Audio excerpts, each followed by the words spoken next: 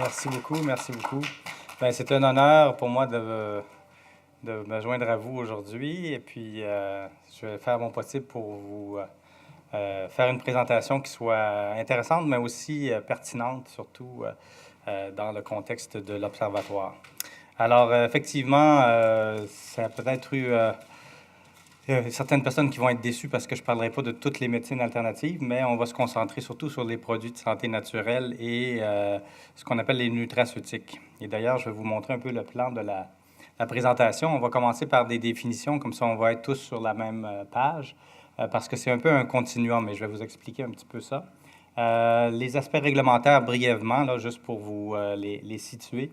Les défis dans ce domaine-là, ils sont nombreux. C'est pas quelque chose de facile pour un pharmacologue de travailler avec les produits de santé naturelle, même si c'est les ancêtres, en fait, des médicaments. Hein, les Égyptiens, les Grecs, les Chinois, il y a plein de, de médecines millénaires qui sont encore utilisées de nos jours. Là. Surtout celle chinoise est encore bien en vie, l'ayurvédique aussi. Je vais vous parler aussi, je vais donner quelques exemples parce que je sais que les gens sont intéressés toujours par ça, avec une approche qu'on appelle basée sur les données probantes, donc vraiment sur la science et je vais poser un regard critique un petit peu sur les réactions des professionnels de la santé en général, peut-être, des fois. Avec une conclusion et des remerciements. Donc, allons-y pour qu'on... Alors, vous allez voir ce continuum-là. Alors, avant 2004, Santé Canada avait seulement deux catégories, les aliments et les drogues. OK? Alors, ça, c'est les deux extrêmes. Les drogues, bon, on les appelle les médicaments aussi. Attendez, je vais prendre le pointeur. Là, je vais me mêler, là, je sais, j'ai deux affaires. Là. Je commence à vieillir, moi aussi. OK. Bon, ça fonctionne. Alors, vous avez les aliments et les médicaments, et ils ont créé une troisième catégorie qui s'appelle les produits de santé naturelle. Alors ça c'était à la suite d'une commission parlementaire en 98 et 99, toutes les recommandations ont été acceptées par le gouvernement et en 2004, la nouvelle réglementation a pris effet. Mais ça a eu aussi pour effet de créer deux nouvelles zones grises, si on veut, qui sont à la limite entre les aliments et les produits de santé naturelle, qu'on appelle les aliments fonctionnels, et je vais vous donner des exemples de ça, et entre les produits de santé naturelle et les médicaments qu'on appelle les nutraceutiques. Alors, je vais me tenir dans ces trois zones-là pour vous expliquer. Alors, commençons par les aliments fonctionnels. Alors, c'est des ingrédients qui sont semblables en apparence aux aliments, mais qui ont des preuves pour avoir des effets sur la santé, des bienfaits démontrés pour soit réduire le risque des maladies chroniques ou aider avec des symptômes. Alors, selon la réglementation, c'est un aliment ou sous forme alimentaire, donc c'est réglementé par la loi ou le règlement sur les aliments. On a certaines allégations, c'est un peu plus restreint parce que la réglementation sur les aliments est beaucoup plus restreinte sur ce qu'on peut dire du point de vue des bienfaits santé, mais il y en a quelques-uns, vous connaissez sûrement le calcium et les os, les fibres et le risque de cancer, surtout colorectal, les phytostérols et le cholestérol. Alors, des exemples d'aliments fonctionnels, ça serait le jus d'orange enrichi avec du calcium, par exemple, ou les margarines enrichies avec les phytostérols pour les risques cardiovasculaires. Donc, ça, c'est des exemples. Maintenant, les produits de santé naturelle comme tels, il y a une définition beaucoup plus serrée. En fait, c'est en vente libre, c'est pas quelque chose qui va être sous prescription. Et ça doit avoir une forme médicinale avec une posologie. Donc, ça peut servir à plusieurs choses, à modifier les fonctions organiques pour maintenir ou promouvoir la santé. Ça peut restaurer ou corriger des fonctions, ou ça peut servir aussi au diagnostic, au traitement et à l'atténuation ou à la prévention des maladies et des désordres. Ça inclut les vitamines, les minéraux, les probiotiques, les plantes médicinales et des ingrédients comme les oméga 3. Ce que ça exclut, c'est les produits qui sont administrés par ponction dermique, les antibiotiques et évidemment les médicaments. RX, là, pour ceux qui ne le savent pas, c'est une petite abréviation qu'on se sert pour les médicaments. Alors, la réglementation, c'est évidemment, ça vise les produits qu'on vient de définir. Et comme je vous ai dit, il faut qu'il y ait une forme posologique, donc ça doit être sous forme d'une poudre, une capsule. Les formats plus alimentaires comme une barre ou une gomme à mâcher ne sont pas généralement acceptés comme agent d'administration. Si c'est un liquide, il faut qu'il y ait un volume défini, donc une dose, et qu'il y ait aussi une relation effet-dose démontrée. Au niveau des allégations, c'est ça qui est le fun au Canada, c'est que le niveau de preuve, ils ont pris une approche de gestion du risque, c'est-à-dire les choses les moins risquées. On n'a pas besoin de demander 1001 études pour dire que la camomille, ça aide à la digestion ou ça aide à calmer pour s'endormir. C'est déjà connu depuis des centaines d'années. Donc, il y a des monographies qui sont déjà, vous en avez une centaine qui sont disponibles, et même plus maintenant, sur le site web de Santé Canada pour la direction des produits de santé naturelle. Vous pouvez les consulter, c'est très simple, c'est très bien détaillé. Et les allégations donc qu'on peut faire au Canada sont proportionnelles à la gravité de l'affection qui est visée par le produit de santé naturelle. Donc, si par exemple on veut présenter quelque chose pour le cancer, généralement on ne pourrait pas, ce serait très très difficile de faire des allégations parce qu'il faut faire des études cliniques, parce que c'est des maladies graves. Mais des choses plus régulières, plus normales de la vie de tous les jours et pour vous et pour moi aussi, je me sers, c'est ce que je disais à quelques personnes avant, là, je prends beaucoup de produits naturels en prévention justement pour aider à réduire les risques et prévenir les problèmes. Les nutraceutiques, eux, sont inclus. Alors, c'est des produits qui sont fabriqués à partir d'aliments, mais vendus sous forme de pilules ou de poudre, donc plus sous une forme galénique. Et c'est des produits qui ont des effets physiologiques bénéfiques ou des protections contre les maladies chroniques. Alors, par exemple, on pourrait parler des oméga-3 tirés des huiles de poisson, par exemple. Alors, ils sont inclus dans la définition des produits de santé naturelle, donc ils sont assujettis à la même réglementation.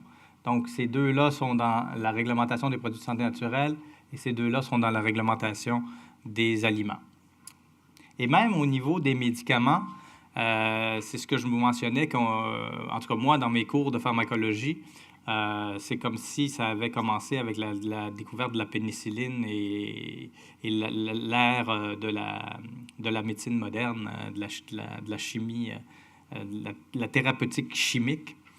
Mais vous avez ici plusieurs exemples. On dit encore que les statistiques sont aux alentours de 40 à 60 des médicaments les plus prescrits sont soit extraits ou modifiés issus de plantes. Et je vous donne quelques exemples comme le Taxol, un anticancéreux là, qui est extrait puis modifié de l'IF européen. La morphine qui vient de la plante à l'opium, la quinine, et l'artémisine, qui sont des agents antimalariaux. La pervenche de Madagascar pour la vinblastine, qui est encore un anticancéreux. Et finalement, la digoxine, qui est pour les troubles cardiaques. Alors, allons-y avec les défis maintenant. Parce que, comme je vous ai dit, c'est surtout quand j'ai commencé à m'intéresser aux produits de santé naturelle, le doyen de la faculté de médecine à l'université, à l'époque, était venu, m'avait tapoté sur l'épaule, puis il m'avait dit « T'es fou de t'en aller là-dedans. Il y a des milliers de composés, c'est très complexe, je sais pas comment tu vas faire pour t'en sortir. » Mais c'est une belle aventure quand même. Alors justement, la diversité de la structure chimique. Alors, vous avez des composés dans la nature qui sont des milliers et des milliers, sinon même beaucoup plus que ça. Et il n'y en a seulement qu'une petite fraction qui ont été caractérisés. Vous allez reconnaître certains des noms ici, comme les caroténoïdes, précurseurs de la vitamine A, les monoterpènes, les phénoliques, les polyphénols, les fameux polyphénols de notre ami Richard Béliveau, que vous connaissez sûrement. Il y a des fibres aussi, Moi, j'en prends tous les jours. C'est très, très bon. Et voilà, donc il y a toutes sortes de structures chimiques, toutes sortes de composés de différentes, soit solubles dans l'eau, solubles dans l'huile. Donc, une plante peut en contenir des milliers. Ensuite, il y a le défi des espèces. Parce que même dans une famille, ici par exemple, on parle des ginseng, ben, c'est la famille des Panax. Et vous voyez qu'il n'y en a vraiment que 3 qui sont vraiment des membres de cette famille-là. Tous les autres ginseng, le ginseng sibérien, ginseng brésilien ou le ginseng de l'Alaska, c'est pas du tout des plantes de la même famille, c'est d'autres plantes carrément. Donc, vous voyez, le standard, c'est le ginseng asiatique. Le ginseng américain est très, très, très semblable. Puis, plus vous descendez, plus la composition des molécules à l'intérieur de la plante sont complètement différentes. Et c'est là aussi un des défis, c'est que maintenant, les études s'améliorent, mais les gens présentaient souvent les résultats avec le nom commun de la plante. Et des fois, il y a des noms communs qui réfèrent à 2 plantes complètement différentes. Alors ça, c'était un des problèmes. Maintenant, c'est de mieux en mieux. C'est pour ça que je vous ai mis tous les noms latins binomiaux là, qui sont importants. Même dans une seule espèce, on a des variétés. Alors ça, c'est sûr que, là, je donnais l'exemple du soya parce que c'est facile à comprendre. Il y a toutes sortes de cultivars et ils contiennent des phytoestrogènes qui sont connus, comme je vous ai dit, là, pour réduire le cholestérol et ça fait partie des nouvelles allégations. Ça a aussi un potentiel anticancéreux pour certains cancers hormonodépendants. Et ils n'ont pas tous la même activité. Et là, je vous parle de ces codes ici. C'est des enzymes qui dégradent les médicaments. On appelle ça des enzymes métaboliques, les cytochromes P450. Et seulement 5 variétés de soya ont des activités à interférer avec le métabolisme des médicaments. Donc, c'est quelque chose qu'il faut savoir. Et on ne peut pas mettre tous les cultivars dans le même panier. Je vais vous parler justement aussi à travers la conférence beaucoup d'interactions entre les produits de santé naturelle et les médicaments parce que c'est vraiment très d'actualité et très pertinent puisque avec l'âge qui avance, les gens prennent de plus en plus de médicaments et on met le fardeau sur les produits de santé naturelle. Je ne suis pas certain que c'est vraiment la bonne approche. Autre défi, c'est que c'est des produits qui sont fabriqués par la nature. Donc, ils sont sujets à variation. Hein? C'est ça la grosse critique qu'on nous dit, c'est les médicaments, au moins, on sait qu'on a tant... c'est une molécule pure, on sait qu'on a tant de doses, plus ou moins là, un petit pourcentage. Alors que les plantes, ça dépend de quel organe on prend, l'âge de la plante, la zone géographique même, la qualité du sol, la pluviométrie, d'une année à l'autre, ça peut changer. Les conditions de culture, de récolte peuvent changer, par exemple, biologiques ou non. Même les conditions de fabrication et de conditionnement, l'entreposage, etc., ça peut avoir des impacts sur la qualité des produits. Ce qui est encourageant, c'est que les produits de santé naturelle, surtout grâce à la nouvelle réglementation, sont de plus en plus bien caractérisés et ce qu'on appelle normalisés. L'anglicisme, c'est standardisé. Donc, c'est-à-dire qu'on se sert de marqueurs, souvent, soit des molécules actives qui sont déjà connues ou des molécules au moins qui sont spécifiques à la plante pour qu'on soit sûr qu'on prend la bonne plante. C'est une manière de contrôle de qualité que les gens dans l'industrie utilisent. Par contre, c'est des produits complexes et donc ça n'équivaut pas à l'ingrédient unique et simple que sont les médicaments, comme je vous l'ai mentionné. Je vais juste prendre une gorgée d'eau, excusez.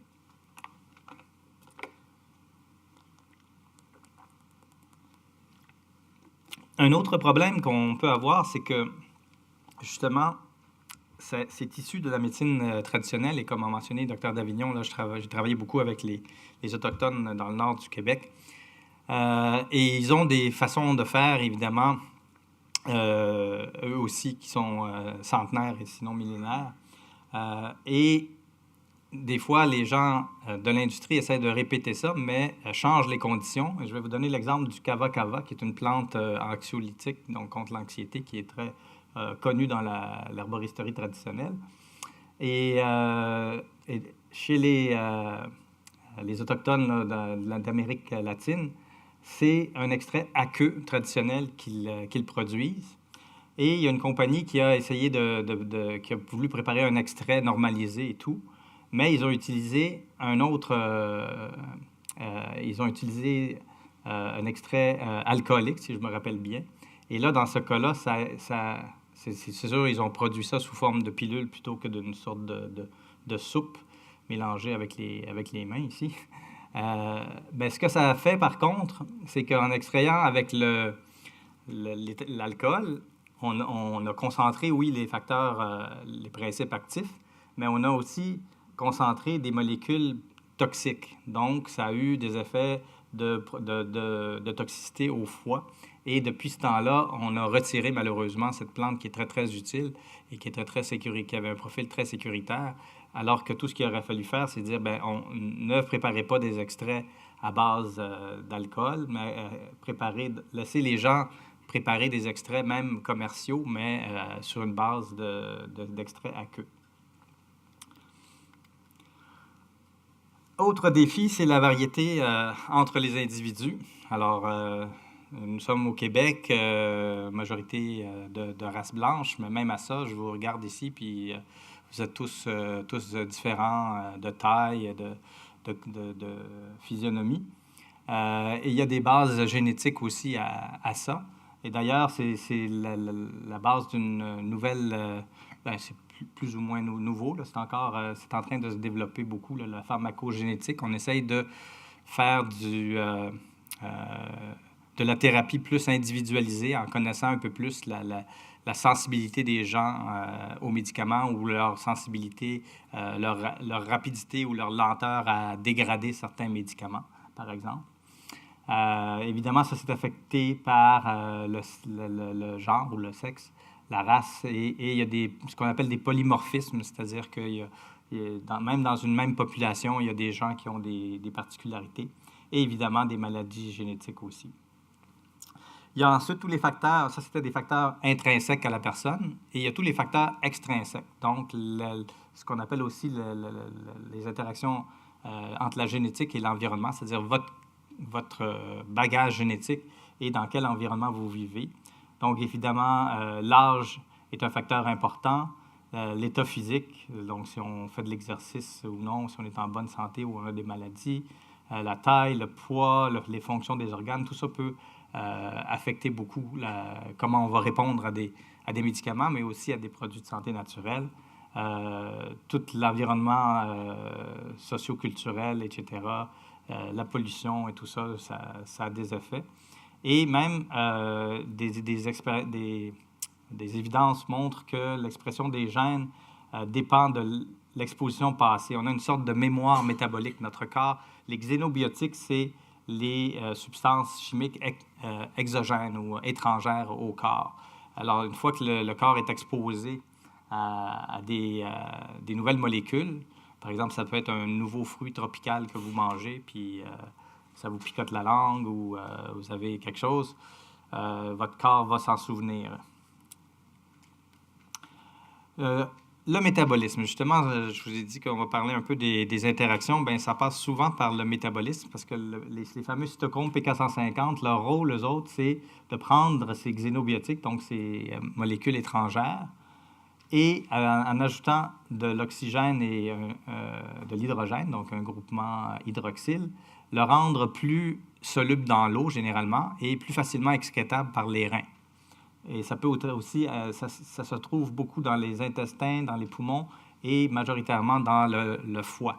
C'est là le sang de toutes les viscères, donc tout ce que vous mangez, tout le sang doit passer obligatoirement par le foie avant d'arriver dans la circulation générale. Donc le foie a un rôle principal là, de chien de garde, si on veut, pour s'assurer qu'on n'a pas de toxines, qu'on n'est pas intoxiqué et tout ça. Par contre, il y a certains médicaments, certains produits de santé naturelle qui peuvent avoir des effets soit d'augmenter ou de diminuer ces protéines, ces cytochromes P450. Alors, lorsqu'on les augmente, c'est le cas de l'induction par le millepertuis. Je vais vous montrer l'exemple tout à l'heure. Alors, si on a un médicament A qui est actif et son métabolite est transformé par les cytochromes en métabolite B qui est inactif, si on augmente le métabolisme, bien, on va augmenter les métabolites inactifs, mais on va diminuer le médicament qui, lui, est actif. Donc, je vais vous expliquer ça d'une autre manière là, dans 2 secondes. Si, à l'inverse, on peut avoir, comme le jus de pamplemousse, qui va inhiber le métabolisme, donc on va diminuer les métabolites formés, mais on va avoir beaucoup plus du médicament actif. Et là, je vais vous donner une étude de cas, si on veut. Alors, c'est le concept de la fenêtre thérapeutique. Alors, c'est des petites notions de pharmacologie, mais quand même, c'est intéressant de s'y attarder parce que c'est ça qui a des conséquences importantes. Et je me suis basé sur la warfarine, qui est le Coumadin, qui est un anticoagulant, qui doit justement, il a ce qu'on appelle une fenêtre thérapeutique étroite. Vous voyez, c'est pas très large, là, la dose, la concentration dans laquelle il est actif. Alors ça, c'est l'effet en fonction de la concentration du médicament dans le corps. Alors, vous voyez qu'il n'y a pas beaucoup d'effet au début, puis ça monte et ça atteint un plateau. Mais pour le contrôle de la fluidité sanguine, lorsqu'il n'y a pas assez de médicaments en bas de cette ligne pointillée ici, on peut avoir de la coagulation et des thrombus, donc des caillots dans le sang. Si on dépasse la concentration ici, là c'est l'inverse, le sang devient trop liquide, si on veut, ou il ne se coagule pas assez bien, puis on peut avoir des saignements. Alors si on prend le jus de pamplemousse, je vous ai dit, ça inhibait le métabolisme, donc à la même dose, il y en aura moins qui vont être transformés en métabolites inactifs. Donc, vous allez, pour la même dose de concentration de médicaments, vous allez vous retrouver avec des effets beaucoup plus grands parce que, justement, il y aura plus de concentration dans votre corps du médicament. Et à l'inverse, si on donne du millepertuis, bien là, on va dégrader davantage. Donc, pour la même dose que vous avez donnée à la personne, bien, on va se retrouver dans cette fenêtre de concentration qui est inefficace et on peut avoir des problèmes de coagulation. C'est clair pour tout le monde? Gênez-vous pas pour me poser des questions en cours de route aussi, là, c'est très... Oui? Oui? Je vais en parler dans quelques minutes. En fait, ça n'attaque pas les médicaments eux-mêmes, ça attaque le métabolisme des médicaments, puis je vais vous donner des exemples avec les statines, effectivement. Autre défi, c'est les effets indésirables. Et là, c'est un petit commentaire peut-être que je me permets.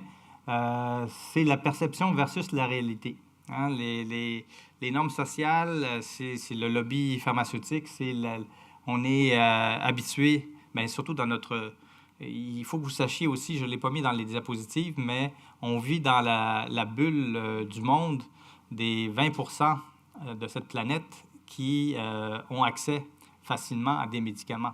Pour les 3/4 des êtres vivants, ben des humains plutôt, sur cette planète, c'est encore la médecine traditionnelle et les produits de santé naturelle qui sont leur première ligne de soins de santé. Soit parce qu'ils n'ont pas assez d'argent ou qu'ils vivent trop loin des centres ou qu'ils n'ont pas accès facilement à des médicaments. Donc, les produits de santé naturelle, incluant les plantes médicinales et tout, sont encore de nos jours, là, selon l'Organisation mondiale de la santé, la première ligne de traitement de beaucoup des 3/4 du monde sur la Terre. Mais ici, nous, dans notre petite bulle, les normes veulent que c'est les médicaments qui priment. Et je vous ai mis des petites statistiques intéressantes parce qu'aux États-Unis, par exemple, les effets indésirables dus aux médicaments causent environ 3 millions d'hospitalisations et 100 000 morts par année. Pour le Canada, on a une population 10 fois moindre. Vous coupez les chiffres, mais c'est quand même des chiffres assez impressionnants d'hospitalisation et de mortalité dues aux médicaments. Mais on n'en parle pas, on ne crie pas ça trop sur les toits. Pour les PSN, malheureusement, les données sont mal colligées. Hein? Il y a pas, parce que ça, ce qui est bien du côté des médicaments, c'est que c'est très réglementé. Donc, on a de la pharmacovigilance. Les compagnies sont obligées de suivre ça. Et ils ont mis ça dans la réglementation. Les produits de santé naturelle aussi, les compagnies doivent répertorier et faire savoir à Santé Canada lorsqu'ils ont des cas d'effets indésirables qui leur sont rapportés par les clients. Mais ce qui est intéressant, c'est que les chiffres, généralement, même si les données ne sont pas bien colligées, les chiffres sont au moins de 2 ordres de grandeur, donc 100 fois moins d'effets indésirables généralement avec les médicaments que les médicaments, pardon, avec les produits de santé naturels. Cependant, ça ne veut pas dire parce que c'est naturel que c'est inoffensif et c'est des agents que ce que je dis ici, c'est pharmacologiquement actif. C'est vraiment on dit plantes médicinales, donc c'est actif tout ce qu'on prend. Il ne faut pas penser que c'est naturel, on peut prendre ça, puis on peut augmenter la dose sans problème, etc. Plus, c'est mieux. On va y revenir là-dessus. Mais ça comporte un risque réel pour la santé. Donc, il faut l'utiliser de façon sensée. Mais finalement, encore faut-il avoir une approche basée sur les données probantes, c'est-à-dire avoir des preuves scientifiques. Parce qu'il y a comme 2 poids, 2 mesures en ce moment. Pour l'efficacité des produits de santé naturels, les professionnels de la santé demandent des preuves béton, pardon. Alors que s'il y a même un soupçon théorique d'interaction entre un produit de santé naturelle et un médicament, on va dire, oh, dans le doute s'abstenir, on va dire aux gens de ne pas consommer des produits de santé naturelle. Alors, qu'est-ce que c'est les données probantes? Bien, ça, c'est la pyramide des preuves de Santé Canada. Bon, ben, je vais expliquer ça très rapidement, brièvement. Les premières, en bas complètement, donc les données les moins solides, si on veut, ou les moins probantes, c'est les données théoriques, donc des interactions potentielles, juste par la théorie que l'on sait, donc du médicament et du produit de santé naturelle. On a ensuite des études précliniques, donc qui sont faites soit sur des cellules ou des animaux. On a ensuite des études de cas, donc ça, c'est 1 ou 2 personnes. Ensuite, on arrive à des cohortes qui sont des groupes de personnes. Le RCT, en anglais, c'est pour Randomized Controlled Trials. Ça, c'est les fameux essais cliniques à répartition aléatoire avec placebo, etc., qui sont, comme vous voyez, très près du haut de la pyramide. Et finalement, les méta-analyses qui sont simplement, en fait, un regroupement lorsqu'on a suffisamment d'études cliniques, et c'est sûr que ça a plus rapport avec les médicaments que les produits de santé naturelle. Je vous en ai trouvé quelques-uns quand même qui ont des bonnes données. Et je vais me servir de cette pyramide-là pour vous donner quelques exemples et discuter un peu de ce qu'on parle aujourd'hui, là, c'est-à-dire de la saine utilisation des produits de santé naturelle pour se garder en santé.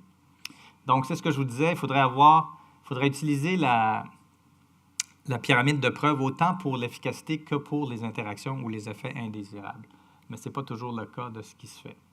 Et l'autre chose que je n'ai pas inscrit ici, qui devrait peut-être se situer en dessous, entre les deux ici, c'est les données de la médecine traditionnelle. Alors, pour les produits de santé naturelle, Santé Canada accepte, par exemple, Materia Medica de la médecine traditionnelle chinoise. Ils vont accepter même j'ai un consultant qui m'avait appelé pour voir si je ne pouvais pas trouver des autochtones, parce que ça prend toujours deux sources indépendantes qui disent la même chose au niveau de la dose ou du produit de santé naturelle qu'on veut faire une allégation.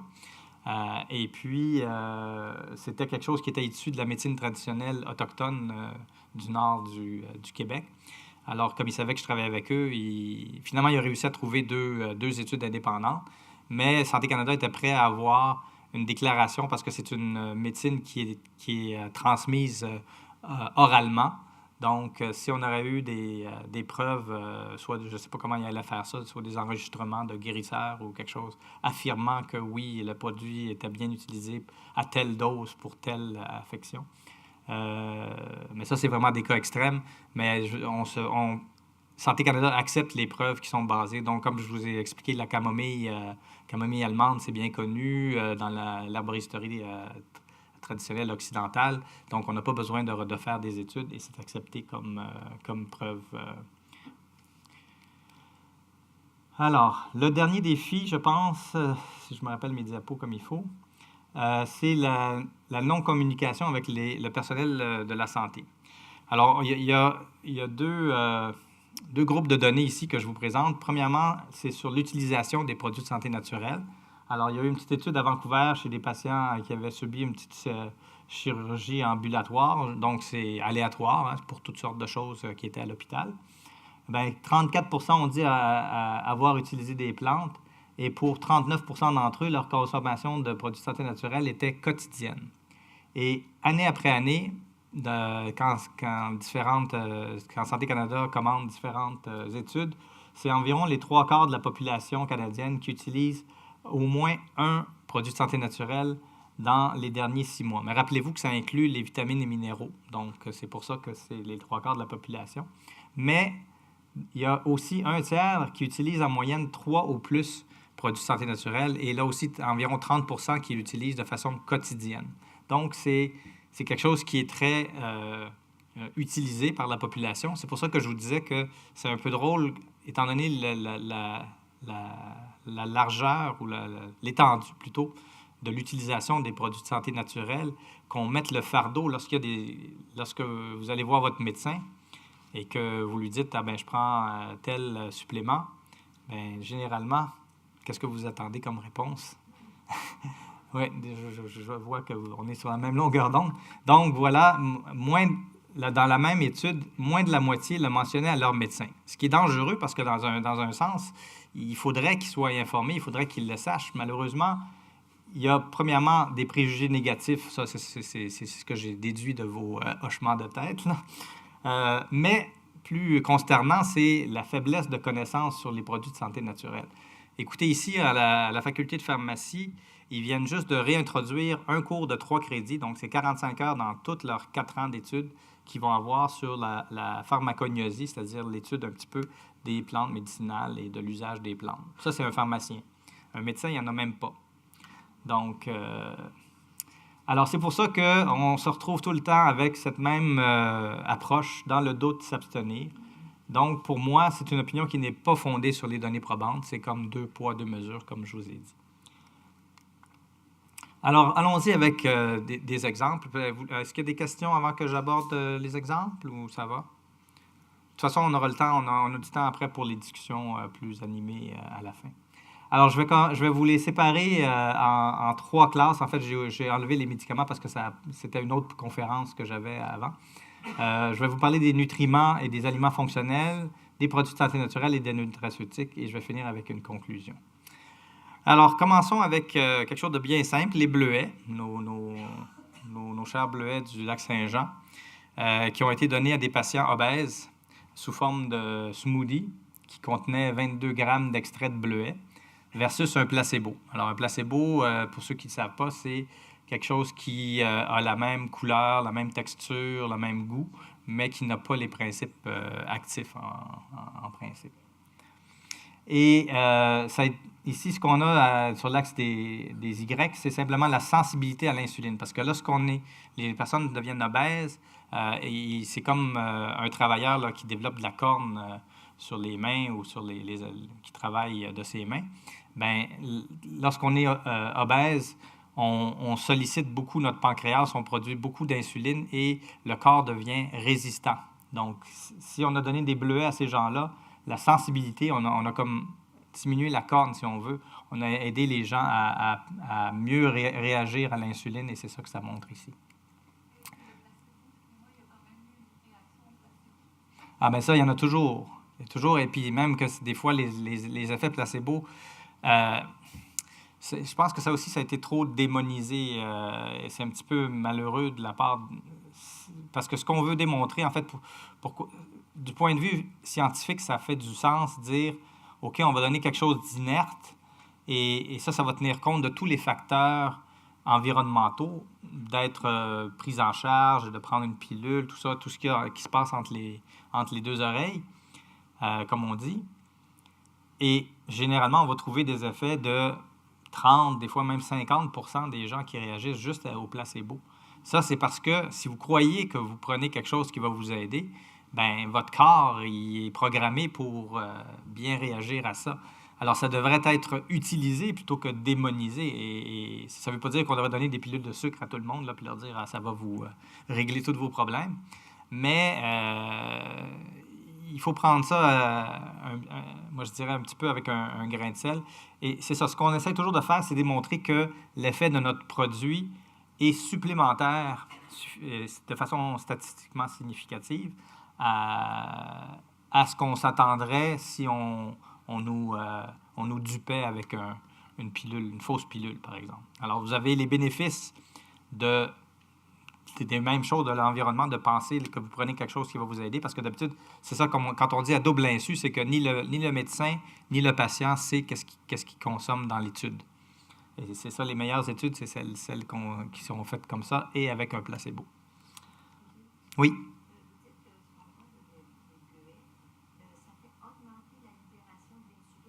Pas la libération, la sensibilité, c'est-à-dire à quel point votre corps réagit à l'insuline. Combien d'insuline ça prend pour faire baisser le glucose dans le sang? Ça en prend moins chez les gens qui avaient consommé les smoothies avec des extraits de bleuet dedans. D'accord? Alors, une autre, c'est la myrtille. En fait, la myrtille, c'est la cousine européenne du bleuet. Et là, c'était des essais chez des adultes qui avaient un risque élevé de maladies cardiovasculaires. Alors, ça veut dire que leur profil de lipides ou etc., était assez élevé. Puis, ils leur ont fait boire des jus de myrtille ou du placebo pendant 4 semaines. Et ils ont noté des effets importants sur les médiateurs d'inflammation. Alors, pour ceux qui connaissent un petit peu ça, l'inflammation, oui, c'est lorsqu'on se blesse, vous allez avoir de la rougeur, de la douleur, de l'enflement. Ça, c'est la réaction inflammatoire aiguë, mais vous avez aussi beaucoup des maladies chroniques qui ont une inflammation qu'on ne sent pas, mais qui est de faible niveau puis qui est presque généralisée. Et donc, on peut mesurer certains facteurs dans le sang ou ailleurs pour évaluer ce niveau d'inflammation-là. Et les myrtilles avaient un effet bénéfique à baisser ça. Les fonctions cognitives. Alors, celle-là, je ne me rappelle plus qu'est-ce que je voulais dire. Ah. Bon, c'était trop facile. Alors, ce n'est pas les fraises et les framboises, c'est les fraises et les bleuets. C'est une étude épidémiologique qui sur plus de 20 ans, là, de 1980 à 2001, chez 16 000 femmes qui, je pense, étaient âgées de plus de 70 ans à la fin de l'étude, pas au début de l'étude. Alors, peut-être que ça pourrait être au début de l'étude, oui, c'est vrai. Et ceux qui consommaient plus de fraises, de bleuets, on pouvait doser aussi les flavonoïdes là, qu'ils consommaient dans leur diète, eh bien, ça augmentait l'état cognitif, et c'était la note globale et la mémoire verbale qui étaient les deux facteurs qui étaient améliorés par les fraises et les bleuets. Donc, allez-y gaiement. Oui?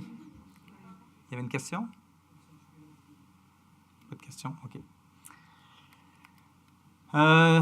Les troubles oculaires, les myrtilles aussi, vous avez sûrement déjà entendu parler que les aviateurs anglais ne juraient que par leur confiture de myrtille pendant la Deuxième Guerre mondiale, que ça améliorait leur vision nocturne, etc. Bon, ça n'a jamais été prouvé à 100%, mais il y a des effets positifs quand même des extraits de myrtille pour les fonctions oculaires. Il y a aussi, notamment, je pense, la dégénérescence maculaire, s'il y a des données positives là-dedans. J'ai oublié de vous mentionner qu'à chaque fois, je vous ai mis le même petit tableau qu'au début, et ce qui est en rose, c'est la section dans laquelle on se trouve, donc aliments et aliments fonctionnels. Alors, pour les myrtilles européennes, je vous l'ai mentionné. Pour le cassis, les anthocyanes, ça, c'est les produits chimiques qui sont dans les aliments qui donnent la couleur. Donc, ici, là, le violet là, très foncé dans les fraises, dans les framboises. C'est très bon d'avoir beaucoup de couleurs dans votre assiette parce que c'est très riche en anthocyanes et c'est des molécules actives, justement. Donc, ils ont donné des anthocyanes à raison de 50 l'équivalent, là, c'était issu du cassis, mais ils ont dosé les anthocyanes à 50 mg par jour pendant 24 mois, 2 ans. Et c'était des adultes avec glaucome, puis ça a baissé la pression oculaire à l'intérieur de 4 semaines, puis une amélioration du champ visuel jusqu'à 2 ans de la fin de l'étude. Donc, c'était vraiment... Donc, il y a des études qui sont faites, qui sont de bonne qualité. Et sûrement que vous connaissez l'histoire des canneberges et des infections urinaires. Alors, ça aussi, les pro-anthocyanidines de type A, qui sont ces complexes. En fait, c'est des polymères de polyphénol. Vous voyez, polyphénol, c'est... Les phénols, en fait, c'est un de ces cycles-là avec un OH dessus. Ça, c'est un phénol. Et vous voyez que vous en avez beaucoup, donc c'est pour ça qu'on appelle ça les polyphénols. Alors, le jus de canneberge, mais pas le jus de canneberge Oasis, là, pour ne pas nommer de marque, là, ou Ocean Spray, mais vraiment parce qu'ils sont dilués. Il faudrait prendre vraiment le jus de canneberge, et c'est sucré aussi ou édulcoré. Mais le jus de canneberge 100% naturel, si vous essayez de prendre ça, là, votre bouche va faire... mais c'est très, très bon. Vous pouvez quand même le diluer parce que c'est très fort. Mais on pensait que c'était par l'acidification de l'urine que ça fonctionnait, mais ça a été démontré que ces molécules-là empêchent les bactéries de coller aux parois de la vessie et des voies urinaires pour causer les infections. Oui, oui. C'est ça. En autant qu'on a la bonne dose, c'est ça. Ce que je vous ai les défis que je vous ai parlé au début, c'est aussi d'avoir les bonnes doses. Oui. Dans les canneberges séchées, est-ce qu'on a le même... Les canneberges séchées sont sucrées souvent. Alors ça, moi, je mettrais un gros bémol là-dessus. Je prendrais des canneberges fraîches, ça, oui. Parce que je dis ça parce que les maladies métaboliques, ça augmente avec l'âge, puis manger trop de sucre, ça aide pas non plus avec les maladies métaboliques. Oui. Ben non, mais ça va être les sucres naturels. Mais les canneberges séchées que monsieur parlait, je pense qu'il y en a. Je veux dire, les capsules de canneberge chassées. Oui, mais je pense pas que c'est ce que monsieur faisait référence à comme des raisins secs, là. OK. Non, c'est ça. C'est pour ça que je répondais. Mais les baies séchées et réduites en poudre, oui, ça c'est parfait. Oui. Alors ça, il faut aller regarder. Là, je me rappelle pas de mémoire là, les doses, mais il faut s'assurer. Alors, vous pouvez consulter des herboristes, des naturopathes, des gens qui connaissent un peu ça, parce que les médecins, malheureusement, ou si vous êtes capable de regarder un peu dans la littérature, on peut trouver où il y a un site aussi que moi je participe beaucoup, c'est Passeport Santé. Peut-être plusieurs d'entre vous le connaissent. Il y a eu un arrangement. Moi, j'étais vice-président, fondateur de la Société canadienne de produits de santé naturelle, une des choses que le docteur Davignon a passé par-dessus tout à l'heure. C'est correct. C'est pas si important que ça. Mais cet organisme-là, on l'a fondé parce que tous les chercheurs qui étaient intéressés aux produits de santé naturelle, on a été consultés par Santé Canada lorsqu'ils mettaient en place la réglementation. Puis, ça nous a créé un petit momentum. On a dit, ça serait plate de perdre ce momentum-là. Donc, on a créé la Société canadienne de recherche. Et à chaque année, on a des conférences, nous aussi, etc. Et on a été sollicité par le site de Passeport Santé pour réviser de façon scientifique toutes les fiches des produits de santé naturelle. Donc, chaque fiche qu'il y a dans le site, bon, là, ça commence à faire un petit bout de temps qui n'ont pas été mises à jour, là, parce que ça a été vendu, ils sont en discussion. Mais c'est pas nous qui les rédigions, mais nous, on s'assurait que les informations qui sont dans les fiches soient correctes et à jour. Alors, vous pourrez trouver sûrement les doses de canneberge que ça prend pour... et même dans Santé Canada aussi, c'est vrai. Maintenant, je me rappelle, je pense que ça prend l'équivalent de quasiment 1 litre de jus. C'est pour ça que des fois, d'aller chercher des pilules concentrées qui sont l'équivalent. Il faut voir c'est l'équivalent de combien de jus. Je pense que c'est entre peut-être 1 et 4 tasses. Là. Mais il y a une monographie à Santé Canada aussi pour la canneberge pour justement les infections urinaires. Bon, allons-y justement avec madame qui m'a posé la question pour le jus de pamplemousse tout à l'heure. Alors, ça, c'est quelque chose... Je reviens à ma pyramide de preuves. Dans les études de cas, il y avait des interactions avec la quinidine, qui est un tonique cardiaque, et des effets sur l'arythmie ici, qui étaient dans des études précliniques, donc sûrement des des cellules cardiaques en culture.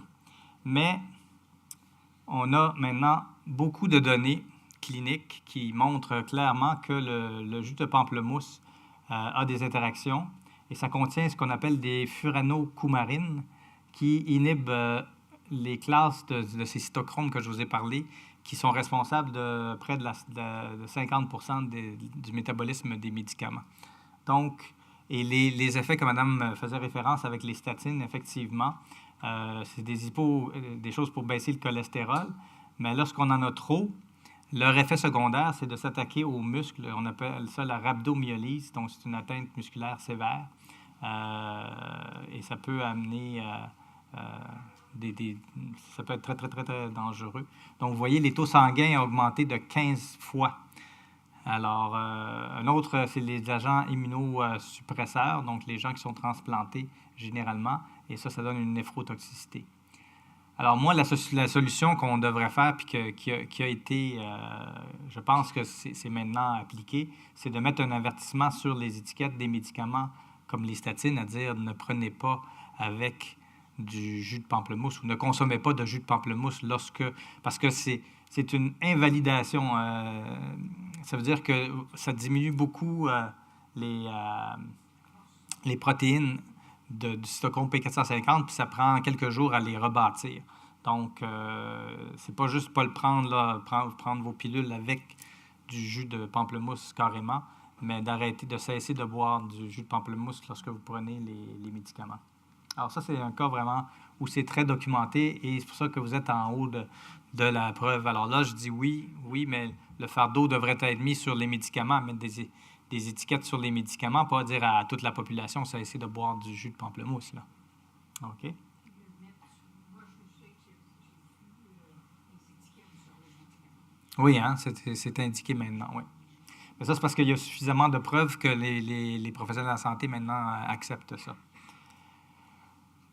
C'est aussi la même chose avec les jus tropicaux, quoique c'est un peu moins de données, mais vous voyez, vous avez un homme de 48 ans qui était traité avec les éthymbides. Ça aussi, c'est pour baisser le cholestérol. Il a pris du jus de grenade et il y a eu des problèmes, lui aussi, là, vous voyez, lorsque le muscle est dégradé, il y a des enzymes qui sont présentes dans le muscle qu'on retrouve dans le sang, c'est la créatine kinase. Pardon.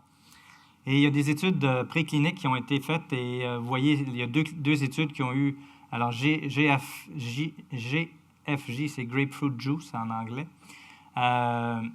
Et vous voyez que les deux études ont eu des ordres de force différentes, mais en gros, les jus tropicaux aussi, comme la grenade, même l'orange, et même le thé Earl Grey. Vous allez me dire, pourquoi le thé Earl Grey? Parce qu'il est aromatisé à la bergamote. Puis la bergamote, qu'est-ce que c'est? C'est l'orange amer. Alors, elle contient les mêmes furanocoumarines qui sont présentes. Il y en a c'est pas les mêmes exactement, mais c'est dans la même famille que ceux du pamplemousse. Et en fait, je vais remercier plusieurs personnes. Puis un de ceux-là, c'est Brian Foster de Santé Canada. C'est un expert là, justement dans les interactions produits de santé naturelle et médicaments. Il m'a aidé à la préparation. Et lui, c'est son expérience à lui. Il était sous métronidazole, là, c'est un antifongique. Et après 10 jours de traitement, il a pris 2 bonnes tasses de thé Earl Grey qu'il avait fait infuser là, pendant un bon 5-10 minutes. Et moins de 4 heures plus tard, il a eu des effets indésirables. Et c'est lui-même qui a déduit ça avec ses connaissances qu'il a sur les produits de santé naturelle et les médicaments.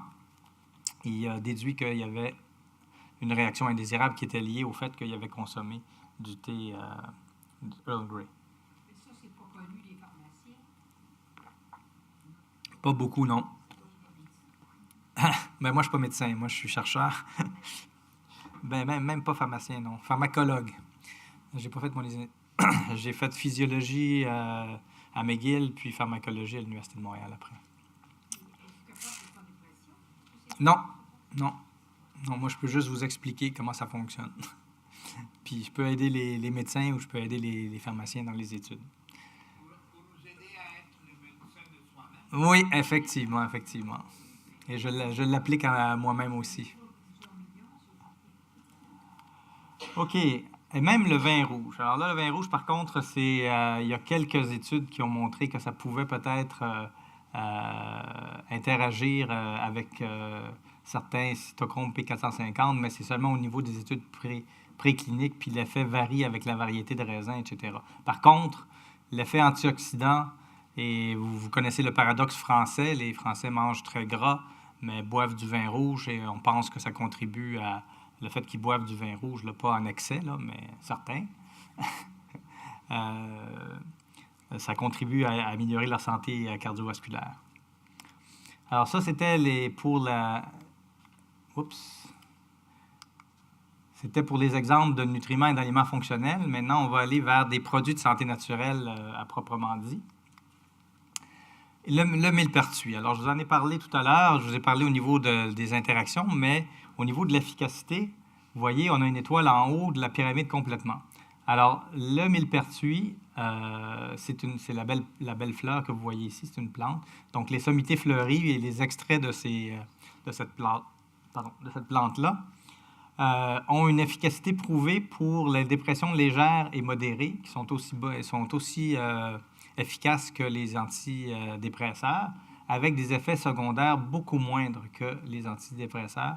Mais par contre, il faut faire attention parce qu'on ne devrait pas les prendre en même temps que les antidépresseurs, parce que c'est ce qu'on appelle les interactions pharmacodynamiques. Ils ont la même cible que le médicament, alors ça peut causer des problèmes à ce niveau-là. Mais au niveau de ce qu'on appelle la pharmacocinétique, c'est ce que je vous ai montré tout à l'heure avec le petit schéma là, en S. Le millepertuis invalide le cytochrome P450, lui aussi, induit le P450, il va augmenter le nombre d'enzymes dans votre foie ou dans les autres organes, et ça va métaboliser beaucoup plus le médicament, puis le médicament ne réussira pas à arriver au niveau de concentration qui est important pour son efficacité. Alors, ça a été répertorié pour les antirétroviraux, les immunosuppresseurs, par exemple, des patients qui étaient transplantés puis qui ont perdu leur cœur à cause de ça. Il y a des possibilités aussi qui n'ont pas été complètement répertoriées, mais les anovulants, les antidépresseurs et le coumadin aussi, qui sont métabolisés par ces cytochromes-là, pourraient être affectés également. Le ginkgo biloba, vous le connaissez peut-être. Là aussi, il y a des méta-analyses. Il y a beaucoup de données qui montrent que ça améliore la circulation sanguine et la mémoire. Donc, c'est une plante très, très bel arbre. On en a quelques-uns à Montréal. Là, j'en ai vu dans les rues de Montréal. Et on prend les feuilles et c'est les extraits de ces feuilles-là. On a des études de cas qui ont montré des interactions avec la warfarine, là, c'est un des médicaments les plus dangereux à cause de sa petite fenêtre thérapeutique. Donc, oui, les gens qui sont obligés de prendre le coumadin, malheureusement, là, il faut qu'ils fassent très attention avec tous les produits de santé naturelle qu'ils prennent parce que c'est plus dangereux.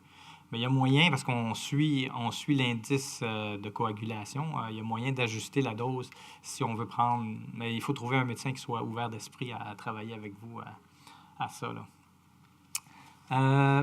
Alors, il y a des interactions. Là, vous voyez ici, ça, c'est des différentes isoformes du cytochrome P450 puis certains des médicaments qui dégradent. Alors, ça, c'est des études qui sont faites avec des extraits de cellules. C'est pas chez les humains, là.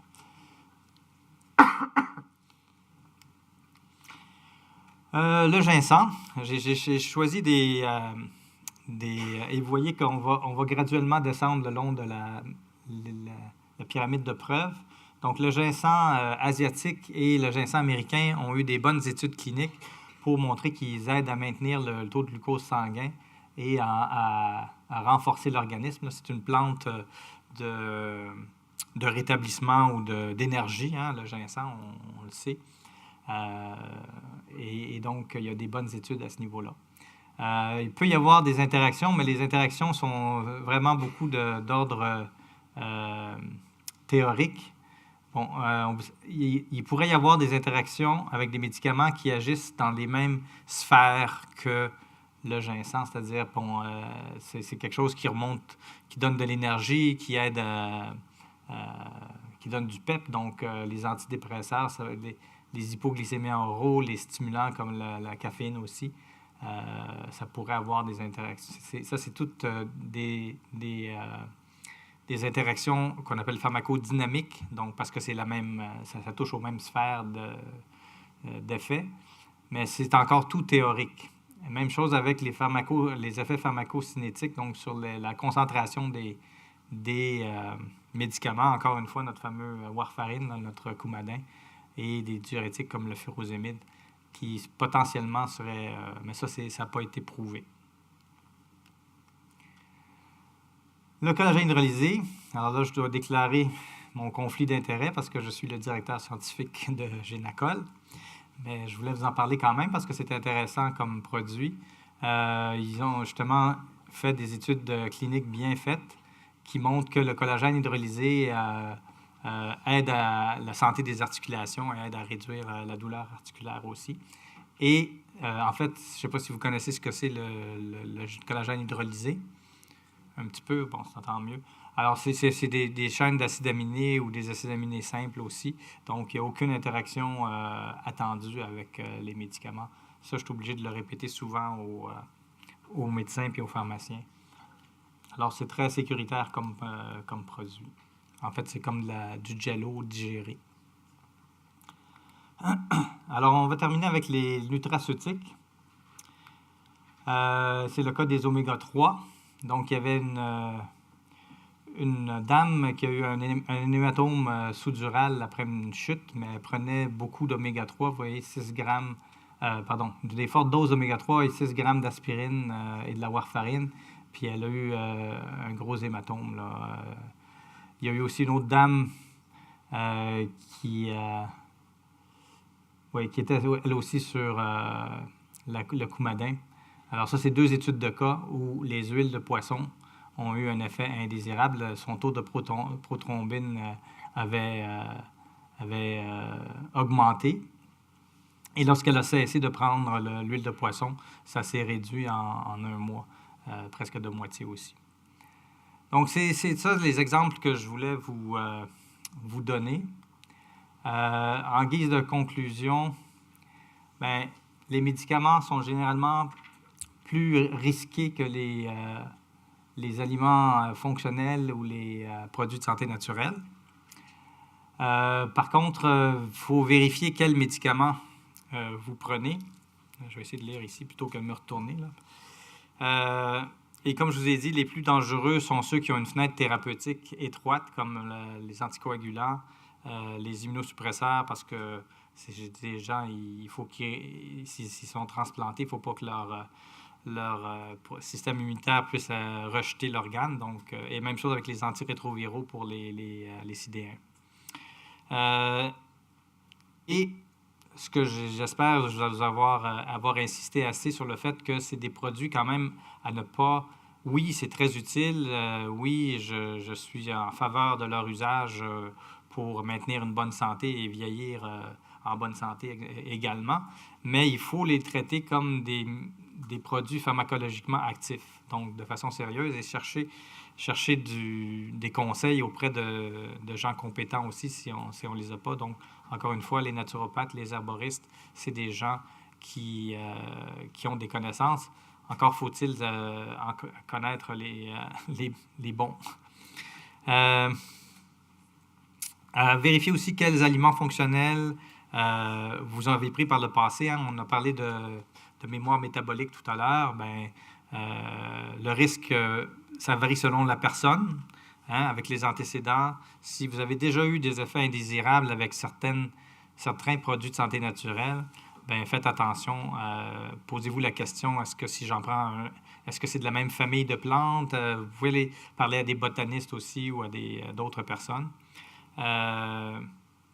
Et voilà, ça c'est le point le plus important. Conseiller aux personnes de respecter la posologie.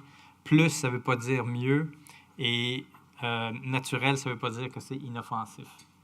Donc moi, je prône beaucoup une approche basée justement sur les preuves, sur les niveaux de preuves. Donc, moi, je souhaite que les instances aient les mêmes exigences de preuve pour les interactions médicamenteuses que pour l'efficacité des produits de santé naturelle. De ne pas monter en épingle les interactions théoriques surtout. Je vais vous raconter une dernière petite anecdote. Quand j'ai travaillé pour la Fondation Lucie André Chagnon aux alentours de 2003 à 2007, et c'est à peu près à ce moment-là que le Collège des médecins, avec l'Ordre des pharmaciens, avait sorti un petit livret sur les interactions entre les produits de santé naturelle et les médicaments. Et ils avaient pris une approche là, de feu de circulation, vous savez, avec rouge, jaune et vert. Donc, rouge pour vraiment, c'est dangereux, jaune, faites attention, puis vert, c'est beau. Sauf que dans la colonne, il y avait donc, c'était des tableaux avec les produits de santé naturelle puis les médicaments. Et c'était dans l'entête, c'était marqué interaction, je ne me rappelle plus le terme exact, là, mais interaction démontrée ou soupçonnée. Alors moi, en tant que scientifique, je me suis dit, mais mon Dieu, ça n'a pas de bon sens. Fait que j'avais réagi. Je ne sais pas si je ne me rappelle plus s'ils avaient changé ça. Option consommateur aussi avait fait un livret et là, j'avais commenté parce que pour ce qui était des études des risques théoriques, ils avaient pris un pictogramme d'un microscope. Je me dis, si les gens voient ça, ils vont associer microscope à de la recherche ou à quelque chose de minutieux, alors que c'est purement théorique. Ils auraient pu mettre un petit livre ou quelque chose. Alors ça, je pense qu'ils l'ont ajusté. J'avais aussi fait un commentaire à ce niveau-là. Si vous avez un doute au niveau des médicaments, évidemment, il faut de la modération au niveau des produits de santé naturelle et même, comme je vous ai montré, des aliments fonctionnels et des nutraceutiques. Alors, je voulais remercier Brian Foster de Santé Canada, Corey Harris, qui est un jeune prof à l'Université d'Ottawa qui m'a aidé pour la partie des petits fruits, Cécile Bertin de Fit Impact, et vous tous pour votre attention. Et finalement, notre ami Palsus, qui était un, je ne me rappelle plus, je pense que c'est un grec, qui disait « Toutes les substances peuvent être poison. Il n'en existe pas une qui ne le soit pas. La bonne dose fait la différence entre un poison et un remède. » Merci beaucoup.